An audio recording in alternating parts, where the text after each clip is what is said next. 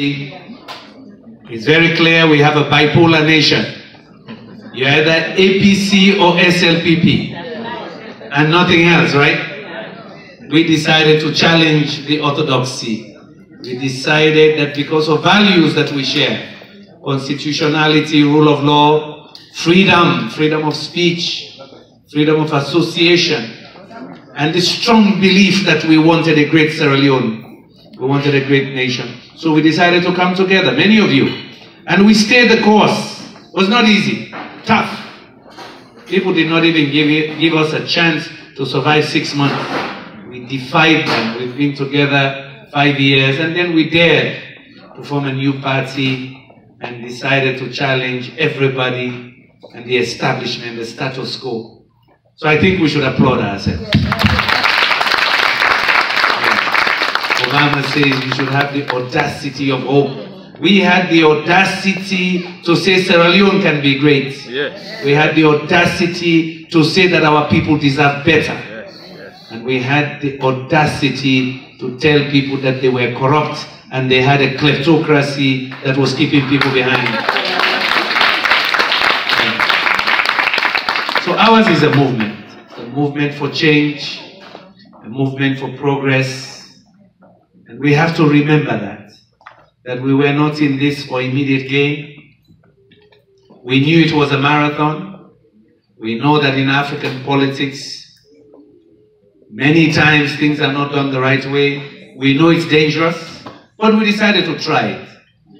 And of course, to crown it, many of you left the comforts of America to come home to work with us. Others left from Europe as well. The UK, Holland, Germany, you name it. So people came from Australia. Many of you have never been in politics before. I know that for free. Young men and women, old folks, they said we've never been in politics. In fact, we hate politics. But we'll take a stand. Take a stand for justice. We'll take a stand for a better Sierra Leone. Those are the values that brought us together, and we should never forget that. In our politics, it's easy to forget why you got in. Except if you went in for the wrong reasons. Those who come in for the wrong reasons just to make themselves and their clan and their family rich, they never forget that. So the moment they get in, they start chopping right away. We came in because of core values we believed in, and we have to remember that, because it's a long struggle. It's like religion and faith. If you forget the tenets of your religion, or if you forget the values of your party, it's easy to go astray. It's easy to be tempted now. And yes, we've gone through a difficult struggle.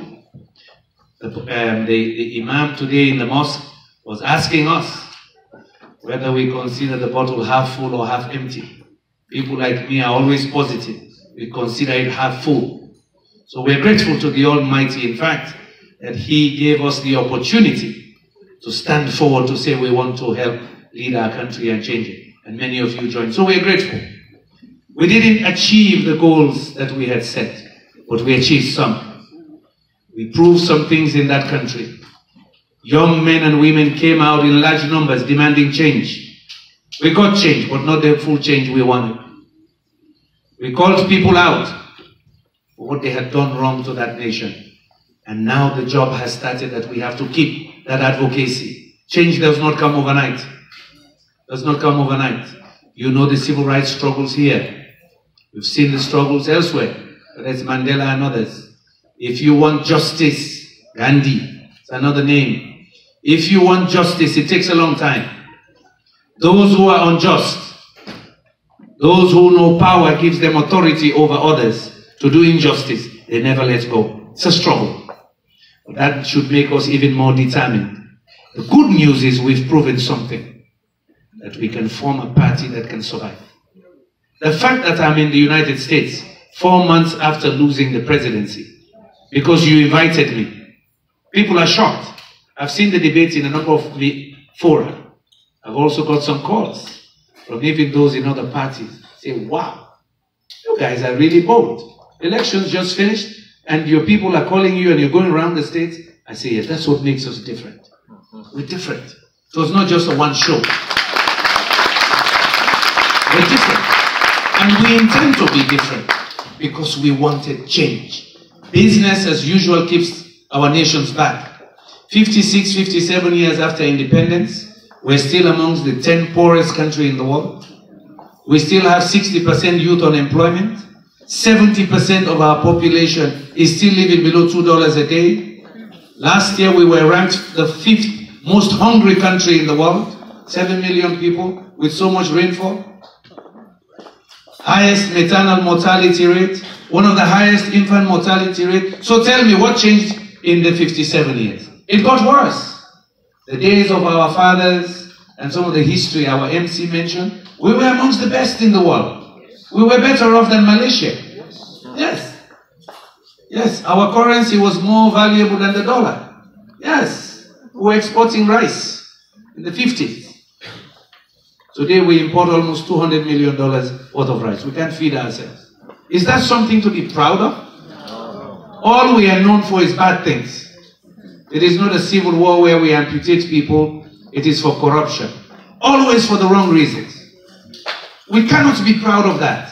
And yet people don't want us to challenge the orthodoxy. They want it business as usual. What is there to be proud of? What transformation have we achieved? Look at Ghana, look at our neighbors. They're all doing well. Why should we be comfortable and happy? And you have people saying, oh, na for Pia, na for just manage. Managing what? Poverty and desperation? 60% of your youth are unemployed and you say we should be dancing in the street and clapping at every small achievement. Enough is enough. Enough is enough. Yes, You need yes, change. Yes, yes. That is why we must keep talking. People say, oh, your NGC, you talk too much. We say because you're not listening. And we'll talk till you get fed up. Because we cannot allow business as usual. We cannot. If we repeat the same mistakes of the past, because it's a relative or somebody, or a tribesman, a clansman, we remain poor, we remain backward. That's why we must challenge the orthodoxy everywhere in Africa. That we ought to be better. We ought to be great. Our children and grandchildren deserve better. So I wanted to use this first 10 minutes to remind you of the journey and where the journey started and why. Because sometimes in warfare you forget why you were even fighting, right? I needed to spend time to remind you that we had a reason why we came together and the job has not even started because we're still poor. Our economy is collapsing now. Almost 20-something% devaluation of our currency just 2 weeks after we left. We've just been gone 2 weeks. The dollar was not what? 9,100. Still going down, no, not enough exports. What is there to celebrate?